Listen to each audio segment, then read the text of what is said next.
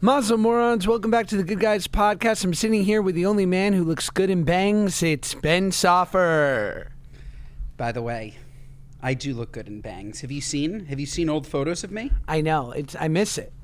Yeah, I need it back. I love your shirts. For those that are still only listening to audio, like, do you understand what you're missing? Josh is wearing, like, the most gorgeous shirt I've ever seen. Like, this is, like, Versace men's meets, like, Indian Polo. Chief. Like, it's, there you go. Ralph lives shits. Ralph Lauren. Ralph Lauren. God bless him. Ralph lives shits. Ralphie Joshy, lives. Happy New Year. What's going on? Shana Tova. Happy New Year. For any of you Gentiles listening, the Jewish New Year is upon us, so strap in. We're getting ready to change the weather.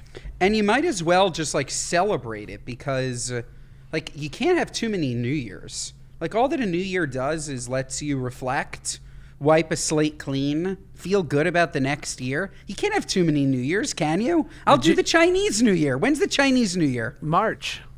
I'm in. The Jewish New Year, where we watch the matzo ball drop. Hey-o! So dumb.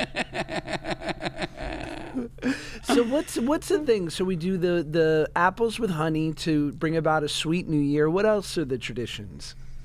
We like to welcome in a new fruit. So ideally a fruit that you've never had, that you've never seen, which at this point is pretty tough. But I have at my dinner table, I bought dragon fruit in case somebody hasn't seen a dragon fruit, which, by the way, tastes like ass. Like Doesn't it taste like nothing? Yes, but Right. that to me in fruit terms is ass. Like I want to like this. This is a beautiful fruit. This is like a magenta, electric pink, sick inside, and then it tastes like nothing. It's like, what are you, nuts? Dragon fruit, honestly, is a what are you, nuts? I also bought a passion fruit. Have you ever had a passion fruit? I've only had, like, passion fruit flavored things. I've never had a passion fruit. I'm wild about passion fruit, or as the Israelis call it, passiflora. But I will, I will say though that dragon fruit are it's kind of like the hot girl of fruits, right? Because it's like stunning on the outside, but on the inside, there's nothing there. Sorry, Nothing not all hot there. girls. No, Sorry. most. And hot Most. guys too. Let's not gender it. No, just girls. Nothing there. Nothing there. So I brought in some new fruits to symbolize that you should try new things in the new year, Josh, that this year should be about exploration, that you should explore your mind by starting with a symbolic fruit. Yes. What else do you do on Rosh Hashanah? You eat a nice brisket.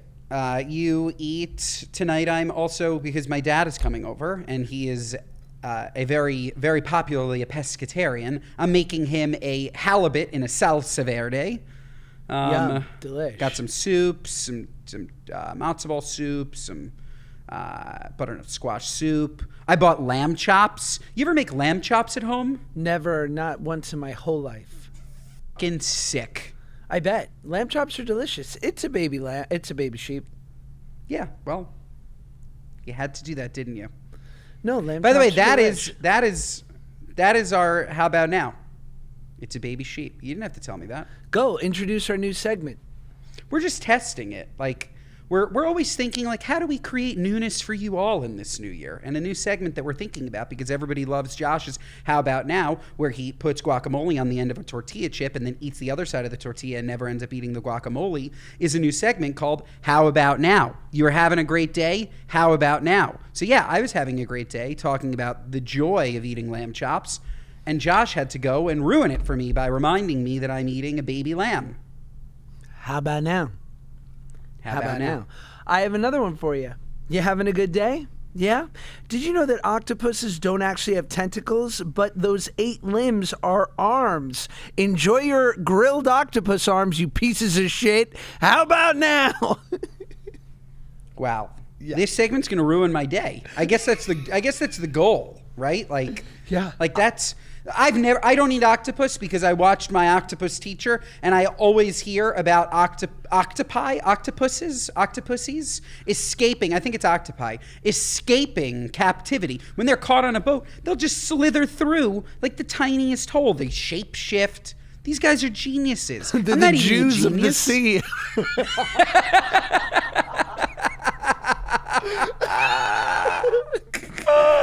Oh my my God, they're the Jews of the sea. That's good. That's good.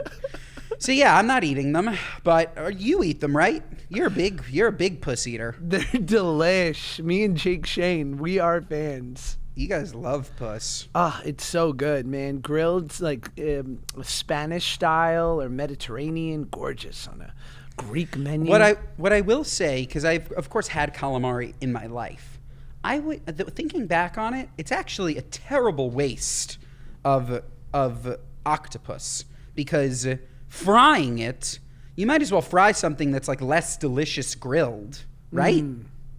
You know, like can't you put like something else in a ring, like an onion ring? I know they're not exactly the same, but like you could probably find a similar consistency to the puss and fry it, and it not be like, I don't know, frying like a genius.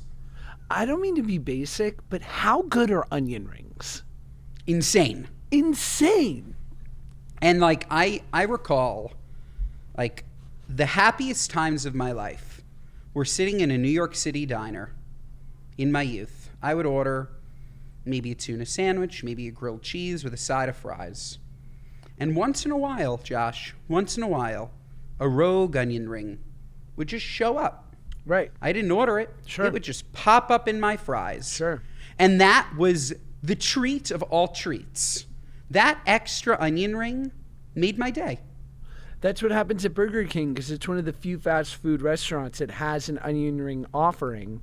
And sometimes things get left over in the fryer, and Dan, the fry guy, blesses you with a couple O-rings. They're absolutely stupendous. Stupendous. Except when you go to a place and they're like cheap bastards and the onion's too thin. I need to be able to taste the onion. Although I love like a shoestring, like an onion string in a bushel, in a hay bale of onion ring. And let me tell you, you know what people aren't doing? If you go to more of like a little bit of a higher end onion ring restaurant, they'll give you like a spicy aioli with like a little horseradish, little button, little afternote, a little top note horseradish, but it's like a creamy aioli. It's gorge. Not to transition too hard, but you just mentioned horseradish. All I have to say is we're sleeping on horseradish sauce. I've been done saying that. Horseradish sauce on steak, that's it. Yeah, dude. That's it. That creamy horseradish sauce, or even the best sauces are horseradish based. Cocktail sauce. But I feel like horseradish gets no love as a vegetable. Nobody's going to Whole Foods and buying a horseradish. People aren't doing horseradish. Miss me on that purple horseradish. I'm a creamy horseradish fan. I'm a real just like straight up grate that shit fan. But horseradish is like real wasabi, right? Like if you jump in and you really do it, it'll knock your socks off, and it's more it's gentler than the artificial store bought kind. Which is the same with regular wasabi. That's right. Regular wasabi, if you have just the plant and you sort of grind it yourself on that cool little grinder and you eat it, you're not crying. That's right. There's a little bit of sinus relief. But if you eat a whole ball of just like fake wasabi, or similarly, if you take a spoon of that like Jewish purple horseradish meant for gefilte fish, nice. Woo! You are in another world. Steam coming out your nose, coming out your eyes. Yeah, so horseradish underrated. Let me tell you this, as a fish man, as the great Bruce Soffer is, and people are sleeping on this and it's delish, you can add this beautiful sauce to any fish, a salmon, a whitefish, whatever, and it is healthy. You get a little Fage, little plain Greek yogurt. You give it a shot of Dijon mustard in there. That's it. You've now made a healthy aioli with protein in it, not a high fat content. You throw that on your salmon, it's like it's a present. I love it. Sounds delish. I'm Easy. in. Easy. I know. And look, if you want to go crazy, maybe add a little squeeze of lemon and some parsley. Great. We know you're big on the herbs. I'm obsessed. Before we move on from food, because you brought it up, they're selling too many herbs at once. Stop it. This is the third time you've talked about it. We've got a Speakpipe about it. You talk about they it. Are. So much. They're selling too many. Either you are obsessed or your memory doesn't work. Either way, I'm obsessed. Worried about you. I'm obsessed. I don't need a town's worth of dill. I need a little dill. I need a little dill. And then I went online and I Googled it, Josh. What do I do with all the extra dill? Freeze it. I'm supposed to freeze my herbs? Who do I look like? No. At Trader Joe's, they have pre-made ice cubes of garlic and/or ginger. You pop a couple of those, throw that in your stir fry, bang. That's actually a very interesting. I've never seen that. That's pretty fantastic. Because garlic's another problem. I'm buying the pre-peeled garlic. I don't have time to break down garlic. They give you too many cloves. By the time you're done with a quarter of the cloves, 3/4 of those cloves are completely rotten. It's so true. It's so true. And you know what? You buy those pre-peeled garlic, you forget it's in your fridge for a couple days. You open that thing, it's a Mike Tyson punch to your olfactory system. They're furry, Josh. They're furry. They look like Sully from Monsters, Inc. And the whole They're thing furry. Stinks. I had to buy a smell diffuser, a carbon smell diffuser from Amazon. For your fridge? For my fridge, because the Arm & Hammer, the baking soda didn't work. Yeah. No, I think you just got to be more diligent in throwing things away. Your fridge shouldn't smell. No, but it was the garlic. I understand. Was the garlic open? No, but it just like it was like 3 days. It seeped through the case. 3 days. It seeped through that plastic that you're such a fan of, and it just hit me with such a waft, and that it had a garlic smell in my fridge for like 3-4 days. So I got the carbon. It's nasty. It's nasty. This episode of the Good Guys podcast is brought to you by Quince. Folks, it's cozy season. We're here. It's chunky sweaters, cashmere, all that gorgeous, luscious material pressed against our fair skin. We made it. Fall's over. I'm throwing away my flip-flops. Okay, I still wear shorts during the winter. That's my thing, but I pair it, okay? I pair it with a beautiful cashmere sweater. And folks, if you're looking for a place to buy these gorgeous fall items, look no further than Quince, because Quince offers affordable, high-quality essentials for any wardrobe. That includes seasonal must-haves like Mongolian cashmere sweaters from $60 and comfortable pants for any occasion. Quince only works with factories that use safe, ethical, and responsible manufacturing practices, along with premium fabrics and finishes. And they partner with them directly, cutting out the cost of the middleman and passing the savings to you. That means Quince items are priced 50 to 80% less than similar brands, so you can update your look without breaking the bank. Did you hear when I said Mongolian cashmere sweaters from $60? That's the type of pricing you can expect on Quince. And folks, you go on quince.com and you just shop. You shop like you're delirious because everything is so well priced. You end up ordering 1,000 things. I love it. Their cashmere is like butter. Highly recommend. Go on, try it, and the price just simply can't be beat. It's a great deal every time. So folks, upgrade your wardrobe with pieces made to last with Quince. Go to quince.com/goodguys for free shipping on your order and 365-day returns. That's quince.com/goodguys to get free shipping and 365-day returns. Quince.com/goodguys. This episode of the Good Guys podcast is brought to you by Robinhood Gold. With Robinhood Gold, you don't need a silver spoon to eat up the financial favors of the 1%. Robinhood Gold allows others to get the rates and perks usually reserved for the high society. Now, the resourceful individual with Robinhood Gold can earn the very liberal rate of 4.5% APY on uninvested cash, receive unlimited 1% deposit bonuses, and be rewarded with a handsome 3% retirement boost on an IRA account. Robinhood Gold provides the privileges of a high net worth for any net worth. These generous benefits are now available for only $5 a month. The new gold standard is here with Robinhood Gold. Sign up at robinhood.com/gold. Terms apply. For product-specific disclosures, visit robinhood.com/gold. Investing involves risk. Rate may change. Gold membership is offered by Robinhood Gold, LLC. Have you ever taken activated carbon after a tough night of drinking?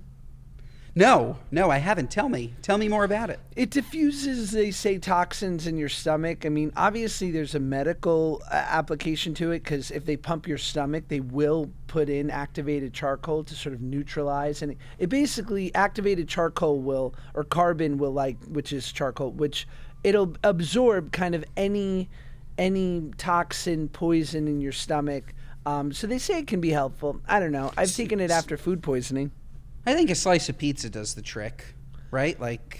True. It absorbs the alcohol. Yeah, I wonder what the true, everybody says, oh, have a piece of bread, it'll soak up the alcohol. As if the bread is as if the alcohol is like a soup where you're dipping in the bread. I wonder if that's real. Like eating some bread, eating a piece of pizza, does it really absorb the alcohol, or is that just a wives' tale of sorts? It's just like taking medicine on an empty stomach. Like, you should take some things with food because it's a slower absorption. But what was I going to say? Yeah, it's an interesting thing for you to, kids who still dabble in the drinking and drugs. I punch my ticket and I can no longer participate. But what do you guys? What's your hangover sort of cure recipe? Because as we all know, the only true hangover cure is a beer. It's or spritz. Exactly. Hair of the dog. Hair of the dog. The truth is, we drink so little hard alcohol now because at this point, I had an engagement party and a wedding last weekend. I think my body is still recovering. I just the hangovers are much worse. And now the night needs to be so fun to outweigh the way that my body physically feels afterwards from drinking hard alcohol. So, but if I am drinking hard alcohol, I love a martini. But vodka martini. How are you recovering from a hangover? I'm drinking a ton of water. I'm drinking Element, our beautiful electrolyte sponsor, because it really works. Rebalancing, maybe some coconut water, and then I'm eating until I puke.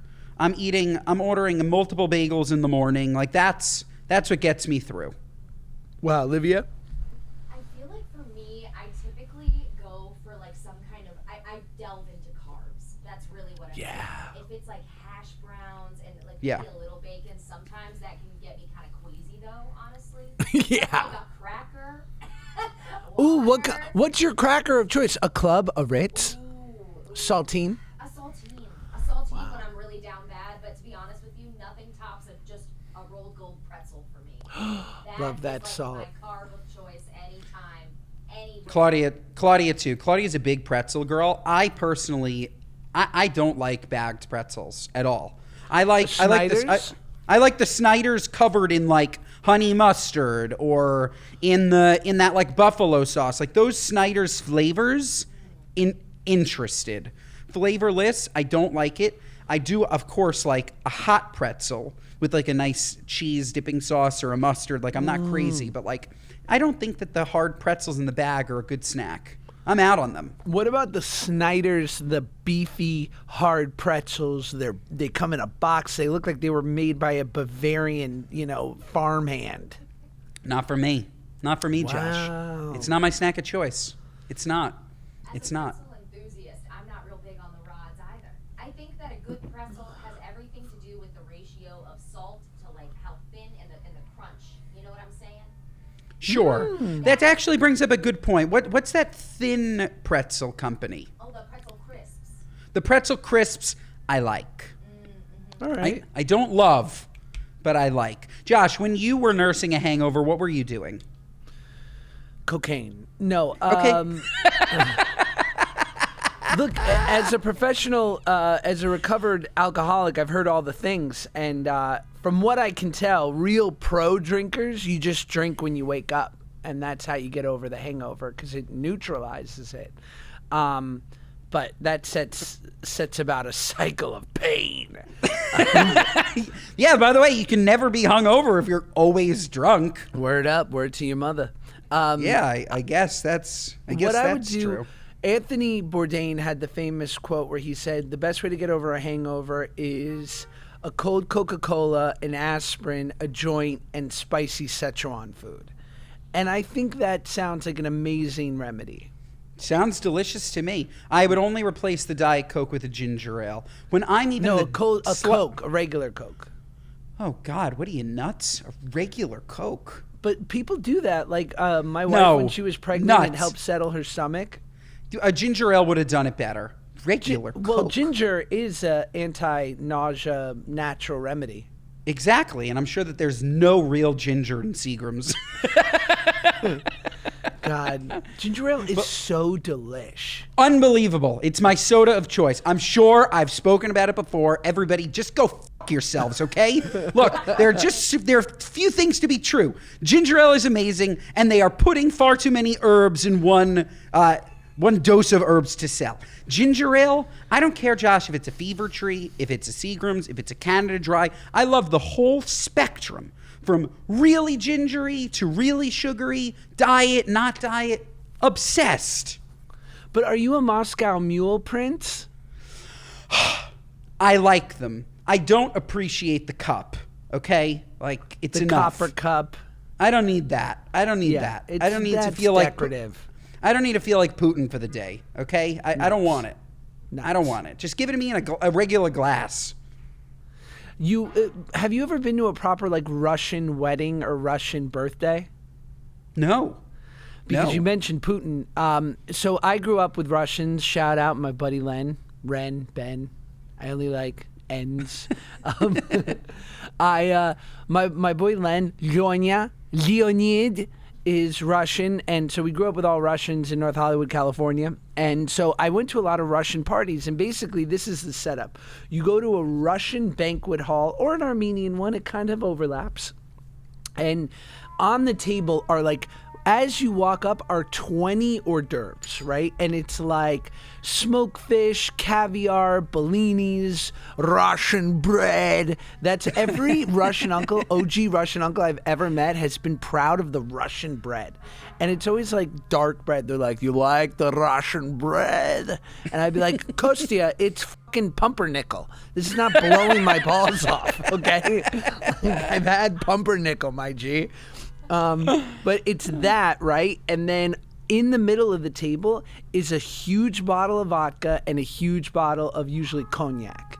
And then everyone's just pouring their own shots. And then there's the mixers, which is like a liter plastic bottle of Coke and a liter plastic bottle of Sprite. And so you're chugging back vodka shots, you're drinking the Cokes, you're drinking the Sprites, and people get just blitzed. And then the next round that comes is the hot food items. And this is pilimeni, which is usually like a Russian dumpling. Fucking wow. And they put like a little vinegar sour cream in there. Crazy. Holy smokes. Ooh. It's so good. And then they'll do like beef stroganoff, like fries, and it's so good. Russian dressing. Let's talk about that, okay? Is that American or is that Russian? I don't know, but is it just Thousand Island? It's Thousand Island, but without any of the unnecessary crap. Like, Russian is ketchup and mayo, flat. There's no relish in it? Zero. Interesting. Zero. Get that green shit out of my teeth. Just straight mayo, ketchup. Usually 1 to 2 mayo to 2 to 1 mayo to ketchup. So it's that light, gorgeous pink. Gross. I'm just saying. I don't know where it came from. I'm sure some fat Jew in New York called it Russian dressing, but like it has nothing to do with Russia. Yeah, I wonder what the etymology is of Russian dressing. Should we look it up? We should. Nashua, New Hampshire. So checks out. Thank you. Yeah, but probably not a fat Jew if it's New Hampshire. James E. Colburn. Colburn. James. Yeah, no. Not a lot of His friends probably called him Jim. Yeah, that's not a Jewish person. But why do you say no Jews in New Hampshire? Who is in New Hampshire? Live free or die? No idea. No clue. Adam Sandler, Sarah Silverman are from there. They are? Yeah. So there are Jews in New Hampshire. But like, look at that. Learn something new every day. But like, it's the Iowa caucus, but then but like New Hampshire, they always say is like a big sort of foreshadow of like who the president's going to be, because it's like a super northeastern state, which you would think totally leans left, but they're actually like ultra center, and at any given time could be more right or left. Sounds like we gotta go. A fascinating place that we must explore. Our first live show, New Hampshire. Oh, I would love it. Not, straying away from politics, but I'm interested to hear about, last night was the vice presidential debate, and I hit up my buddy who's, we love talking politics because he was a writer for Biden when Biden was vice president. And I said, did you watch the debate? And he goes, no. And I said, how come? He said, because it's meaningless, so I don't want to put myself through the emotions. It is, right? A vice presidential debate's meaningless. Yeah, I think that, yes, I think so. Right. Like they pulled that quote. What quote did they pull? About how Tim Waltz said that he's friends with school shooters. That's about all that I took away from it, which I'm sure he didn't say or didn't mean. But it's just like people pulling headlines and trying to sway public opinion. But yeah, I don't, considering they actually, each of them has zero power, like the VP doesn't decide anything. Like it actually does seem like a pretty innocuous debate to me, and one that I too did not watch. Do you guys think, we're all, Olivia is obviously our wonderful Gen Z correspondent, but, we run the gamut. We're all like, I'm at the top, and then, we're all kind of within the same last 10 years of being, whatever. What I'm saying is, do you find that, is it just because we're getting older that people talk about politics nonstop? Is it the current political environment? Like, was it always this way? We were just younger? I can't say for sure, but I definitely think that we're in a heightened time in history for information because of social, where we just have more access to information than we've ever had before. Like I was talking to Taylor, the toast assistant, before. We were just talking about Israel and about Iran, and just the sheer fact that, like, we're getting updates like this is a basketball game. Like, we're getting live ticker updates on a war, which is why we feel so consumed by it, when in reality, the Russia-Ukraine war has been happening for longer.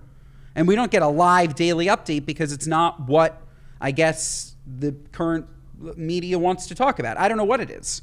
But I can be certain that 50 years ago, 100 years ago, people were not getting updates like this because they didn't have the technology to be able to do it. Every single day, we're getting an update on a war that is happening thousands of miles away. It's crazy. Right. So I think that just applies to everything. I think that we're talking more about everything because we're getting constant updates on everything, when we used to just have to turn on the nightly news to get one dose of everything.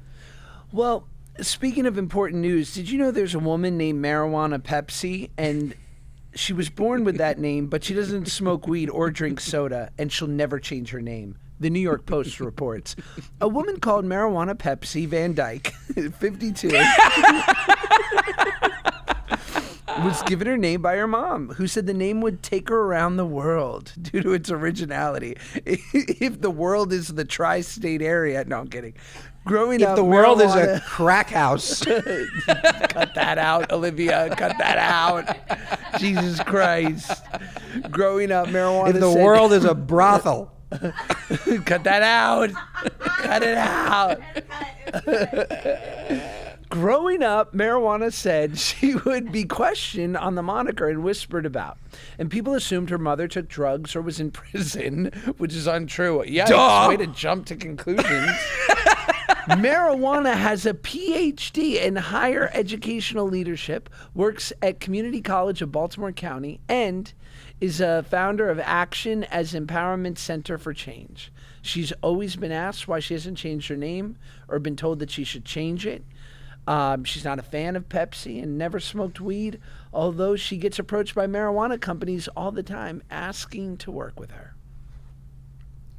Wow. I'm calling bullshit on all of it. Your name is Marijuana Pepsi. You've never smoked weed. You don't like Pepsi, but you didn't change your name. And you're a teacher. Shut up. Okay? Shut up. Like, liar. Okay. You don't think so? I don't know. I mean, my birth name was Fentanyl Fanta, but you know. And I've never tried either of those. No. You know what I do? You know what I do for an ice cold Fanta? And by the way, I say Fanta. Okay, tell me. I'm just saying Fanta it's not Fanta. Don't you remember the commercials, Josh? Wanna, don't you wanna, don't you wanna Fanta? It's Italian, right? Definitely not. I think so. I think it's Mexican. Oh, yeah, I think we talked about this. No way. If it's not, should be. If we have spoken about this, then I have brain damage. Well, I don't ever recall us talking about Fanta. I think we did. Damn it. Pretty sure we did. Let's see. Origins of Fanta. Fanta is... Oh my God. No. Oh my God. It's Norwegian. Okay, no, Josh. This is the ultimate... what is the name of our new segment? How about now? How about now? You were having a good day? Yeah. Okay? How about now? Fanta was created in Nazi Germany. No! In 1941 as an alternative to Coca-Cola due to a trade embargo that prevented the German Coca-Cola bottling company from getting Coca-Cola syrup. Unsa, Oh my God. do you want to try a grape Fanta, Unsa?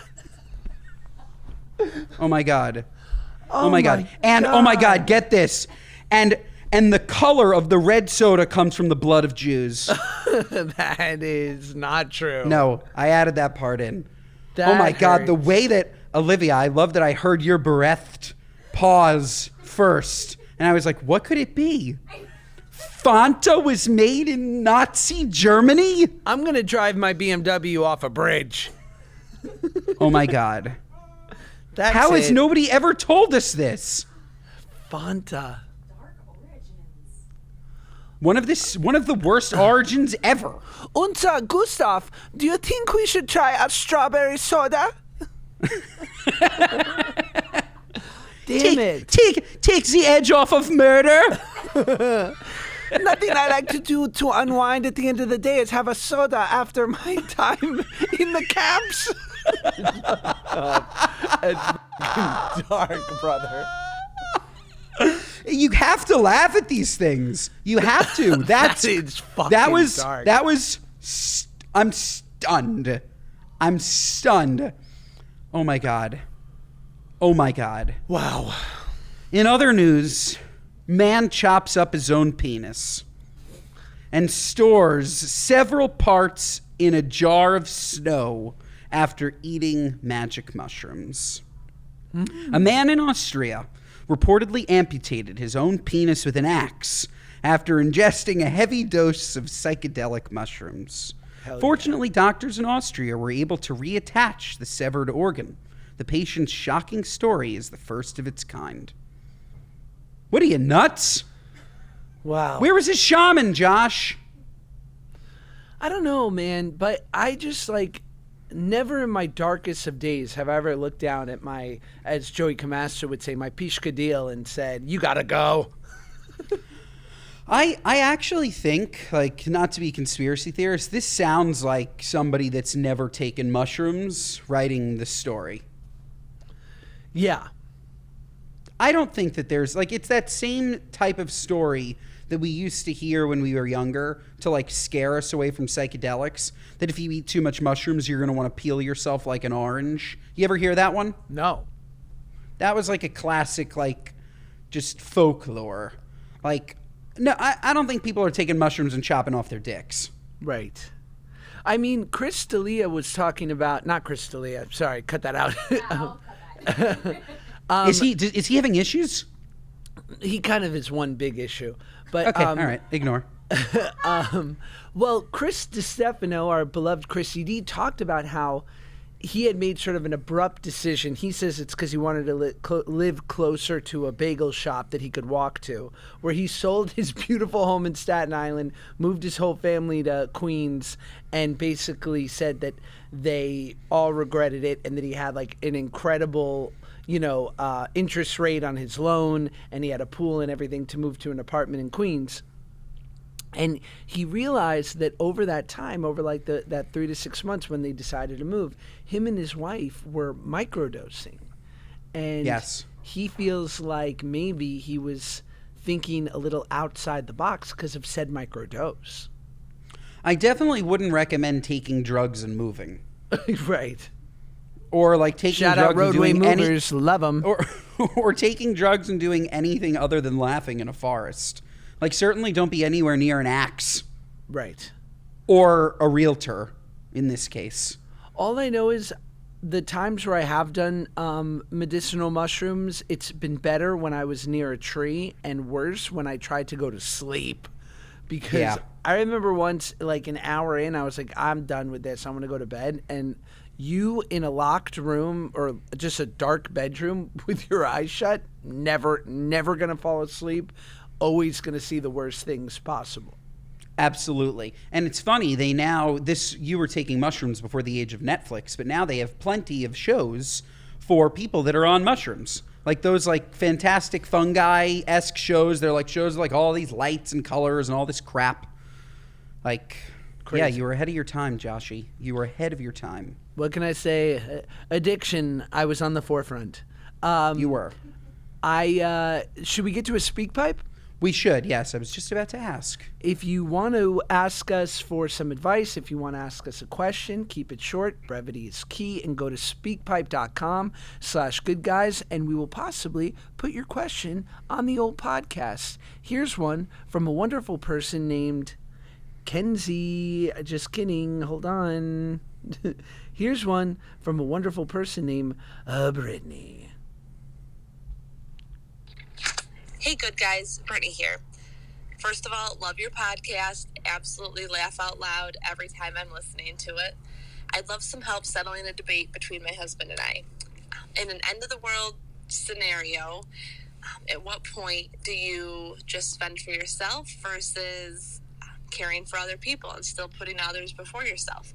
As a type 1 diabetic, I need insulin to survive, and my husband says that in that zombie apocalypse scenario, he would go to the pharmacy and take all of the vials of insulin so that I could survive.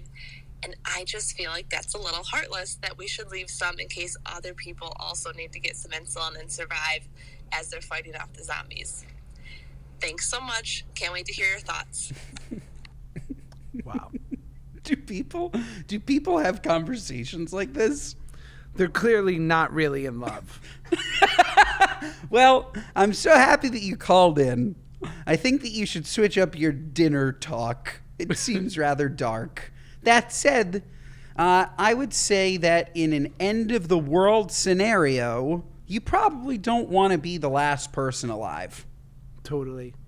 Like, if you know for a fact the world is ending, you want to be with the masses. Definitely. That's all. So I wouldn't suggest taking all of the insulin. I would suggest taking none of the insulin and just get a dozen Krispy Kreme and black out. Yeah, just go with God. Go with God. Literally. Go to God. Seek God. Seek help. I would want to put a needle full of heroin in my arm, but with the plunger not pushed in, and then be mid-coitus with my wife. And right at climax, I push the plunger. Wow. Okay. You've thought about this. And then I take a bite of a White Castle burger and expire. That's interesting. How would my last breath? Oh, man. I don't know. I just feel like if the world was ending, I would get emotionally mugged, but it would turn into an actual mugging and I'd get stabbed. Like that's the end. That's the end for me. Can I borrow $20? No, stab. I would just shoot out a bunch of tweets of what I really think.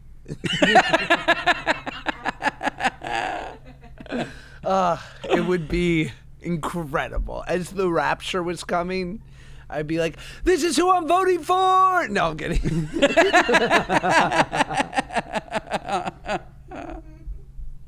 This next question's from Anonymous. Hey guys, lover of the podcast and obviously of the toast too. That's how I find you guys. But just calling in for some advice. It's my first high holiday season that I'm spending with my girlfriend who's Jewish with her family, and I'm not Jewish. We've been dating for 2 years. Just like give me some rundown, give me some tips about like what to expect, like stuff like that. Love you guys. Did you say I'm not a Jewish? She's not a Jewish, and I could hear her turn signal being turned on in the background. Yeah, just wanted to check. What you can expect is delicious food. You can expect a spirited debate. You can expect delicious dessert. It's really just a ton of food. It's a ton of food. This holiday in particular is easy. It's easy. The meal is festive. It's yummy. It's good. There's no like fasting requirements. There's none of that. Just a great meal. Probably there's usually some judgment at the table, some interesting conversations. Like if you haven't met Jewish parents, then you're in for something special. And yeah, but I think it's wonderful that you are partaking, and wishing you the best of luck. I think it's just great that you're there, and great that you're open, and great that you care. Again, I think it just says, I think my favorite thing, one of my turnoffs is rigidity. People that are unwilling to try new things. And so I think it says so much when you have a new experience, especially if it's with someone you love, and you say to them, listen, this is a part of who you are, or this is something you're interested in. This is something you like and I like you, and that's all I need to know. So let's see. Just walking in with an open heart to have fun and try things and deal with, I'm sure, as an overbearing Jewish mother who's going to overfeed you. Have fun. Jump in. Dive in. It sounds a lot like, and this isn't an ad, but they are a sponsor of ours. It sounds a lot like eHarmony, Josh. Find someone who gets you at eHarmony. Just saying. Just saying. Send that to them, Olivia. We need an extra check. Yeah. No, I'm not allowed to say that anymore. I'm sorry. I know we can't talk money here. No money. I know. Not We're not in this for money. We're in this for fun. And the new name of the podcast is called Jew Octopus. Okay. Octo Jew. Okay, next one is from Amber. Okay, guys, I just got back from a dinner with 4 people, and the meal was priced per person. But when we got the check at the end of the night, they had only rang us up for 3 people. I want to know, what would you guys do in that situation? Would you flag down the waiter and tell them they undercharged us? Or would you just pay the lower amount and get out of there before anyone said anything? For context, this was a $75 a person meal. You know, somewhat nice restaurant. Yeah, let me know what you would do. This is a toughie. It is. Because as we know, most restaurants are working on razor-thin margins. It's tough. I think that I would tell the waiter that he missed a person. And I'll tell you why. I would either do that or I would grossly over-tip the waiter. That's right. If you're a person that tips on subtotals or totals, then you want to make sure that that 20% that you're giving was still on the full bill. So at a minimum, you're tipping on what the perceived bill would be. Maybe I would just do that. I think that it depends on the restaurant. If it's like a small mom and pop, whatever, of course I'm going to tell them. Because to your point, razor thin margins. If we're at Outback or we're at Red Lobster, Cheesecake Factory, where I know they got the coin, I don't mind. Like, it's their problem, but I'm not going to make it the waiter's problem, even though it literally is the waiter's problem. The waiter's the one who fucked that up. But we're not going to take it out on the waiter. See, that's where it gets dicey, Josh.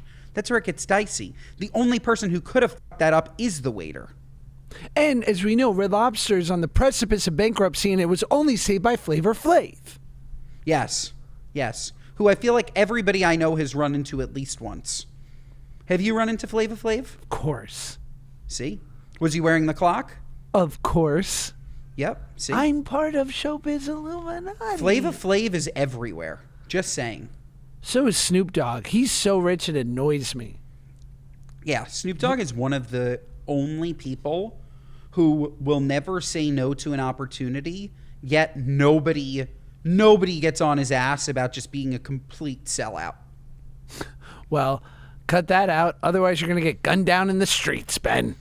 No. I love Snoop. I love him. I'm just saying he will promote anything and everything. And most people that promote anything and everything, like eventually they like dilute their brand. Yeah, what right? do you People mean? People no longer want anything from them. Not you. You're Please, great. I just did a brand deal with the Tourism Board of Kazakhstan. I'm down. Kidding me? Should we get to What Are You Nuts? Yes, we should get to What Are You Nuts. Our What Are You Nuts moment of the week is our gripes with people, places, and things that are sticking in our craw, big or small. Ben, take it away. Okay, folks, I was recently at a restaurant that I frequent. It's more of like a deli, like you pick up. I just got my salmon right before this. I don't get salmon at the deli. I don't know what to call it. What's those places with like the buffets? Yeah, hot What would you bar, call a it? takeaway A place. hot bar. Okay. And I'm in said place, ordered my salmon, a little bit of rice and vegetables. It's a beautiful, healthy meal. Go to pay. Woman next to me, she's sitting. She comes up with her bottle, with her plastic bottle, and she says, I went over to the garbage and I didn't see a bin for recycling. Do you guys not recycle at this establishment? Lady, shut up. What are you, nuts? Leave these poor people alone. You think that the cashier is responsible for determining if they recycle or not? Leave them alone, put your water bottle in the trash, and move on with your day. What are you, nuts? She's nosy. Nuts. Love that. Here for that. Love it, love it, love it. My What Are You Nuts moment, it's a little sad. It's a little darker, I'll be honest. My friend's mother-in-law, sadly, is very sick. She's got the cants. No buen. So she Sorry to needs hear. pain medicine for actually not for fun, for need. You cannot find pain medicine anywhere. It doesn't exist because people like my friends have taken a lot of advantage of it. So my buddy, who's got to go get his mom some of that good, or his mother-in-law, is like, he's going to CVS, he's going to Rite Aid, he's going to Duane Reade. They're like, we can't help you. He goes, you're a pharmacy. Well, so where do I go? They're like, you're going to have to find like some little mom and pop place. What are you, nuts? My buddy is now ordering them like across state lines from random like mom and pa, Jenny and John's Oxy factory. It's weird. What are you, nuts? CVS, That's nuts. Hook it up. That's nuts. That's terrible. Absolutely terrible. Crazy, right? Crazy. And the last terrible thing that I'll mention from this week. Josh, do you know who passed away this week, speaking of cancer? John Amos. Dikembe Matumbo. I know. It's The so famous finger wag. If you don't know, look him up. the best. Dikembe Matumbo died of brain cancer. So sad. God bless Sending him. love to an absolute Knicks and basketball legend. And folks, this episode has been filled with highs and lows. Wait, The one low more low. point- I Okay. went to go visit. I went to go visit my buddy's mother-in-law when she was having. She had to go have a procedure, so she was in the hospital for a couple of days. She's one of the great people ever. Shout out Mindy, we love you. She's awesome. So I was like, I love, as we said, Tikkun Olam.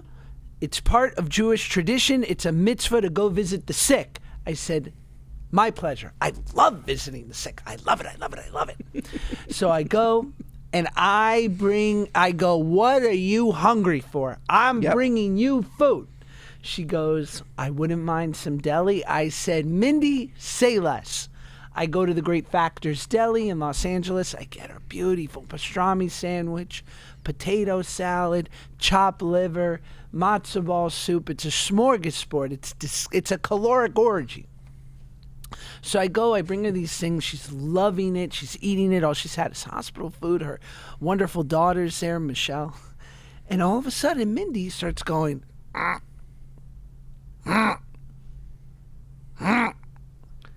look over, Michelle looks over, we go, she okay? She looks over, Michelle goes, call the nurse. She had pastrami stuck. It went down the wrong pipe, but I think she thought it was all over. And I was like, can you think of a more Jewish ending than to asphyxiate a pastrami? It's kind of epic. It's epic. That's nuts. That's nuts. Totally nuts. We love you, Mindy. We love you, Mindy. As I was saying, high highs, low lows. The lowest definitely be that Fanta was made in Nazi Germany. Yeah. I don't think you can get lower than that. But folks, where can you get information like this? We are the hub of information. So rate us 5 stars. Otherwise, what are you, nuts? Listen to us on Apple, Spotify, wherever you get your podcasts. Watch us on Josh's YouTube. You got to see us, interact with us. Leave us a nice comment. We read them. They make us feel good. Leave a comment on the YouTube, okay? Leave a comment. It's nice. Share it with a friend. Follow us on our socials, on TikTok and Instagram, Mondays and Thursdays. And if you liked our new segment, How About Now? Leave us a comment below in the YouTube comments, okay? If you liked the new segment. If you like it, we'll keep it going. If you don't like it, we'll keep it going because your opinion means nothing to us, okay? Have a great day. Word up.